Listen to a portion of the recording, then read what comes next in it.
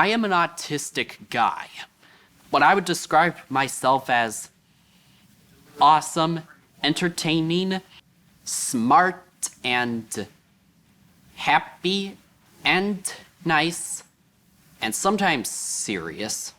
So everybody, we are going to be a group chorus, okay?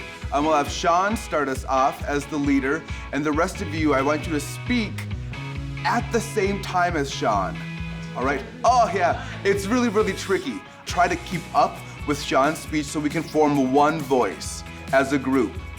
Interact is a visual and performing arts center for artists with disabilities. And our mission is to create art that challenges perceptions of disabilities. And Sean does that constantly when he is performing. The Marvel Universe, okay, I could talk about that. The Marvel Universe is created by Stan Lee, who is the greatest writer of all. And in the performing arts side, what we do is we create one big production a year. And those productions have been seen all over the Twin Cities, as well as internationally. We're a theater company. We're a professional theater company. All of our artists get paid to be here, to perform, and it's just going to work as a performer. Autism's like a mind disability where it makes you like live in a fantasy and stuff like that.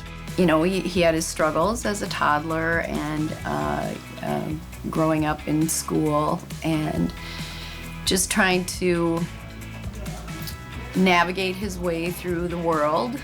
And you get like out of control because of your autism, like overjoyed or scared or angry. So he struggled a lot with fitting in and trying to find himself in a world that was different than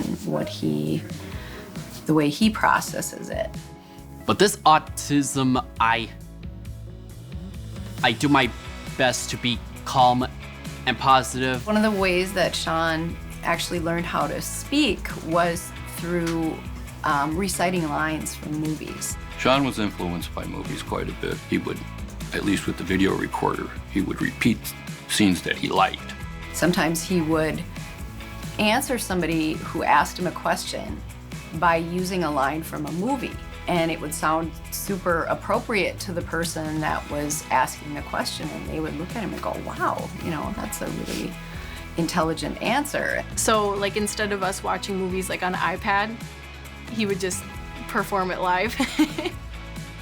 It really helped him, and I think that's part of why he's always been fascinated with acting. Like no matter where we were, I would see Sean and he would be usually like performing in some way. We had just moved back to Minnesota and were getting involved, and I wanted to get him out and into some kind of program where he was around other kids and had an opportunity to socialize a little bit. And he started doing the Christmas programs at our church.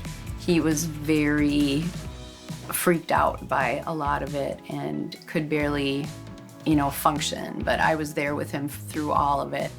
There's a picture of him from one of his early plays where he did get up there on stage, but literally the entire time they were singing their song, he had his fingers in his ears. And that's kind of how he started, but he got more and more comfortable with it. You know, by the end of it, he was singing solos, and he found himself through that experience. And acting has now become the next step for him. You could just see his level of confidence growing, and the acceptance that he had from the other kids in the play and the director supporting him really helped him to get to the point where he was very, very confident. When we started going through that whole process of figuring out what kind of job Sean could have once he aged out of the high school program, he was the one who said he wanted to be an actor. And so we looked and found Interact. It's been an incredible fit for him. All right, here we go. Begin.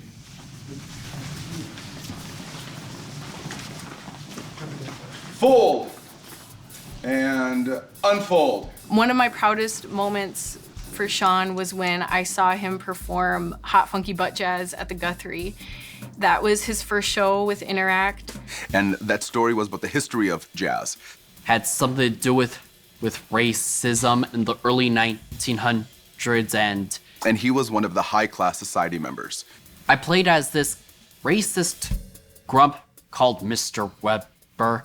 And during that process, people in his group, the other high-class performers, a lot of them had to leave the show because they were sick or for other reasons. So the number were dwindling down of the characters. And Sean stepped up and did all of the extra lines. Oh, I know that.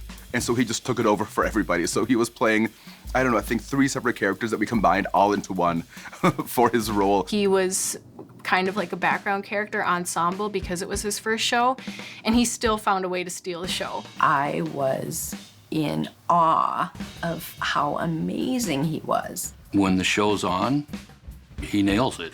Afterwards, there were so many people coming up to us and being like, that boy, he's a star. They had professional actors from Minneapolis and then from New Orleans come for that show, and just to like have them say to us and to him, wow, it was such an honor to work with you and act with you. They thought I was terrific, and that makes me feel good. He was with us for maybe 6 months at that time and just jumped right into being a professional actor, which was awesome to see. He is amazing, and he's more than happy to tell you that as well. For Sean's impact in the greater theater community, he got reviewed for his show and his role in Oh My God. Sean got the role of Loir. Loir is a 16-year-old young man with autism. He dug deep to play that role, knowing that at one point in his life he didn't speak well, and he knows a lot of friends who can't. And one of the requirements for the actor was that he play the cello. Well, the director said, if you can't play the cello, we'll just ad lib and pipe in the music. Well, Sean, being so determined, that he said, no, I'll learn how to play the cello. He used his life experience to play that role and worked really hard to be authentic about it. And by the time the play started, sure enough, he knew to play enough chords so that it was the real deal, and that speaks volumes of how committed he is to his trade. So yeah, I mean, I'm so proud every time I see him perform. And I don't remember who the reviewer was, but in that review, it said that the most powerful and touching performance was Sean's. And that doesn't surprise me at all, from knowing who Sean is and how honest he is on stage. And to see that in the StarTribune, wow, that was cool. People see somebody with a disability doing something incredible. And he's doing it really, really well. It'd be awesome at some point for all artists with disabilities to not be labeled, oh, they're the actor with a disability, and they're doing really, really good. No, they're just the actor who are doing really, really, really well. That would be the goal. I know that he would not have had the opportunity to be a professional actor if it weren't for Lifeworks. Lifeworks has been there for us since the beginning when Sean first got a waiver, and have helped me to navigate all of the paperwork and all of the financial aspects of administering his waiver. So Lifeworks' role in Sean's services is to provide him in-home supports. One of the core things that Lifeworks offers is the opportunity for people to get out and about into the community, to be able to go places where they want to go to do things that are important to them. And that, at the end of the day, translates into Sean having a better life. I always knew that he could accomplish pretty much anything. He is becoming and is, but becoming every day more and more an amazing young adult, and I couldn't be prouder of him. Sean, congratulations on your Personal Achievement Award. Congratulations, son. You are amazing, and I love you so much.